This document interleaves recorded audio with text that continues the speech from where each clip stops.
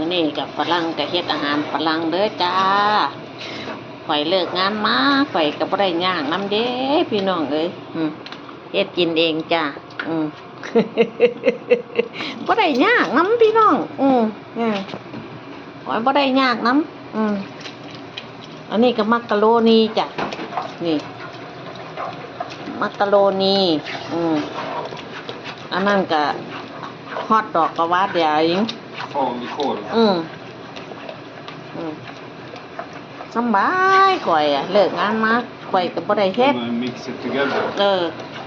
เห็นบ่จ้ะ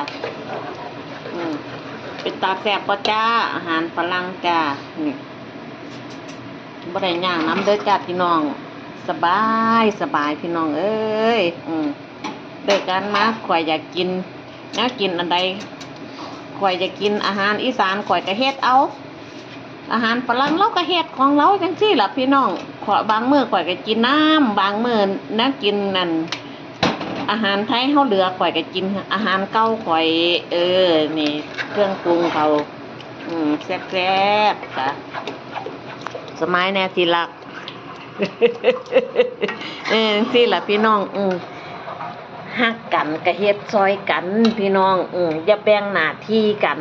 อย่าของว่างานกูงานมึงเนาะพี่น้องฮักกันก็ซอยกันจังซี่ล่ะจ้า